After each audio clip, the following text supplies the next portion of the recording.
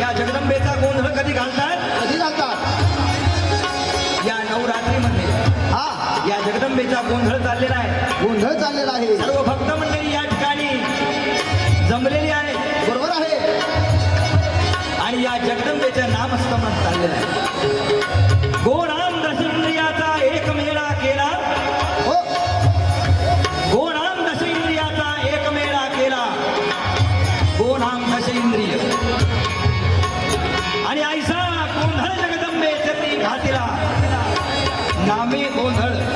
गोंधळ कशाला म्हणायचं? कशाला म्हणायचो?